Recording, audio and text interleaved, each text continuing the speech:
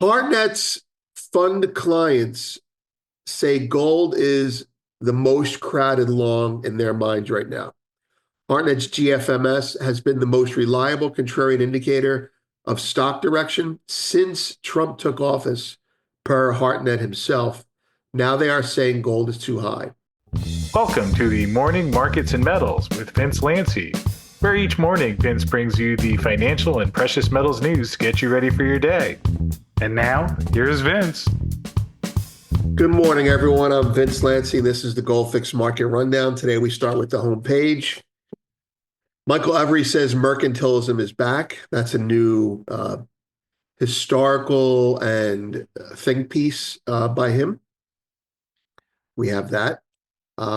Mali judge expected to order Barrick's mine reopening. That's a news item. And in the lower left, gold synthesized from lead for a millisecond. Maybe that's why we sold off yesterday. I don't think so, but it's a good story. And COMEX Death Watch and charts. Lower right-hand side, we're going to be discussing Hartnett's clients say gold most overvalued in 20 years. We'll be discussing that as well as touching on the Barrick story. And there they are. Fund survey says gold most crowded long and Barrick reopening expected.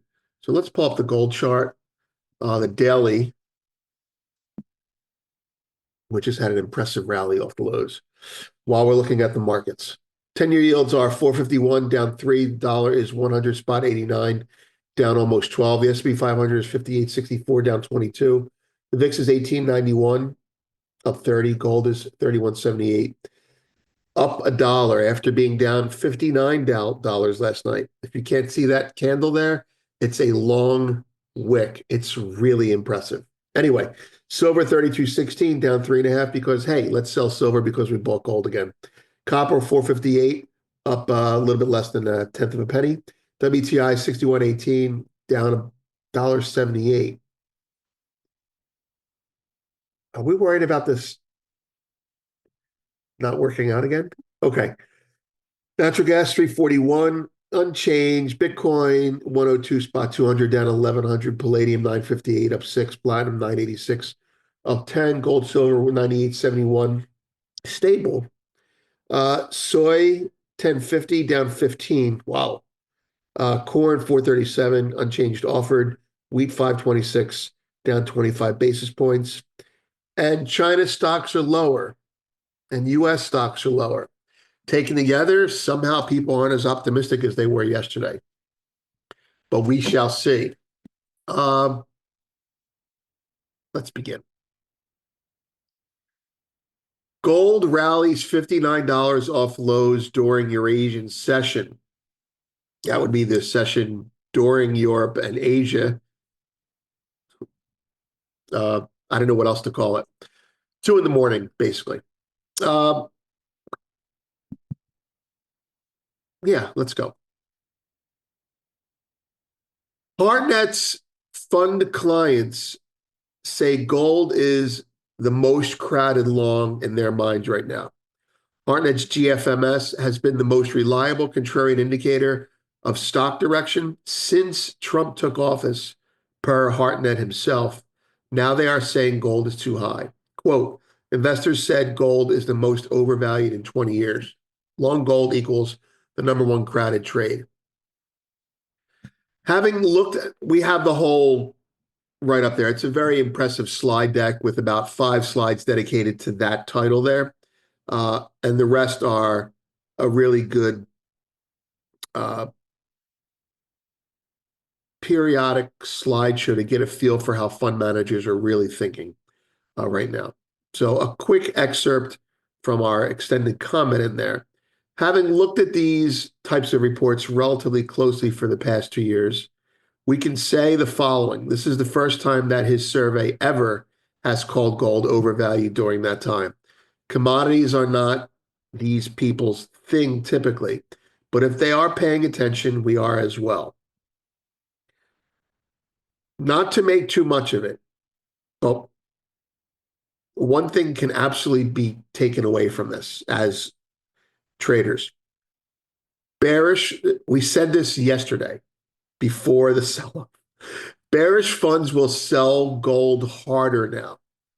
If they are right, it's because China backs off its bid, but the funds are not yet in control of this market, at least not as of yet.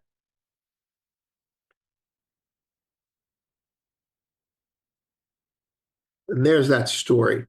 Now, why do we say that? Because if you look at how things are going, things are stacking up to get to be bearish on this market. The China deal, all right, the ceasefire, let's call it, number one. Number two, the amazing announcements about the Saudi deals, the Middle East deals coming out yesterday. And number three, going back a little bit further, a couple weeks prior, Nomura's, quant guru noted very pointedly that gold was way over its skis, historically speaking, and historically, it will drop anywhere from 2 to 6% in the 2 months proceeding from that event. So all that encourages people to sell it. The first people who sold it, we already saw, were the macro discretionary taking profits in the rally, selling the rally as bullion banks covered their shorts, as smaller funds covered their shorts, as ETF buying got in. And that was a sign of a top, not a big picture top, but a top nonetheless. Then Morgan Stanley comes out and says, we think a top is in for now. Citibank, I think, downgraded their short-term price target. Their 0 to 3 month price target. That's like basically their impulsive price target. And so all these things encourage people to sell it. And they did. And so this is the result. And we're down. Now you're having more and more people get in. So before we move on to the next story, this is speaking to the tactical people, to the gold fix tactical people here. This is where the whole fishhook thing comes in, right? You want to have a long wick underneath after lots of reasons to get bearish and people sell it. Then the open interest goes up because someone catches the knife. Now, I don't know that the knife is caught yet, okay? But I'd be willing to bet open interest went up today and new shorts got in, and they may be encouraged to put more on over the next few days. But if the market doesn't wash fast, they will become impatient. Very Michael Oliver type of thing I'm saying here, meaning momentum is lower, but the short-term players will cover if they don't get their way relatively soon. So the sell it in the hole crowd is in the market now. I don't know how deep the hole goes, but they're selling it in the hole. Knock on wood. Okay, next story.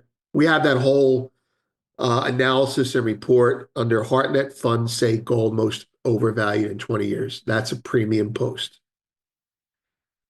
Barrick reopening expected. This is a news item yesterday. A commercial court in Bamako, Mali, is set to review a request from the country's military-led government to reopen Barrick Gold's Luolo, Huankoto, I'm sure I'm butchering that, mine under provisional administration, a court official confirmed. Not going to try and say that name, but the vice president of the Tribunal de Commerce, I guess we're talking about French here, stated the filing and case preparation will proceed Thursday. 3 separate sources told Reuters that the court may soon rule on the proposal, which seeks to transfer temporary control of the mining operations from Barrick to a newly appointed management entity. It sounds risky. The request follows the suspension of operations at the complex in January after a tax and ownership dispute. The Malian government holds a 20% stake in the facility. That full story, as written by us, is in Mali. Judge expected to order Barrick reopening. Plenty of other things to talk about, but that's it for now for us.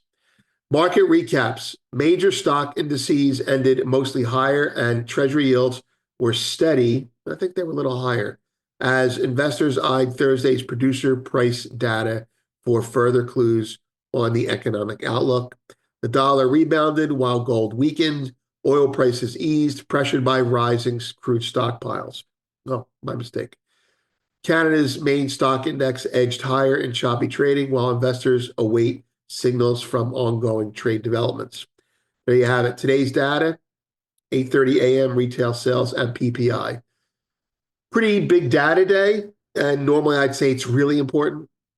But after the China ceasefire, it won't be as important. After the tariff suspension, it won't be as important.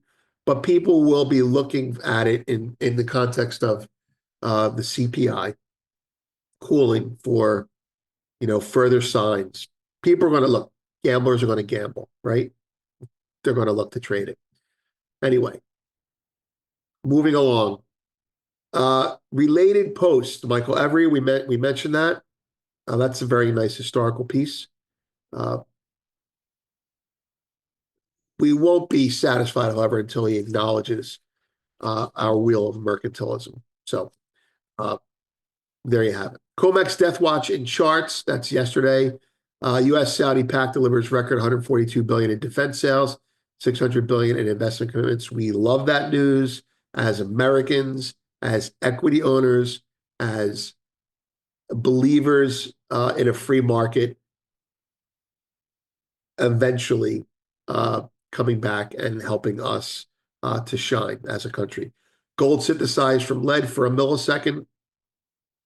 You could read that and panic. We're not, because it probably cost 50 ounces of gold to make 1 ounce. It did. They made like a microgram or something like that.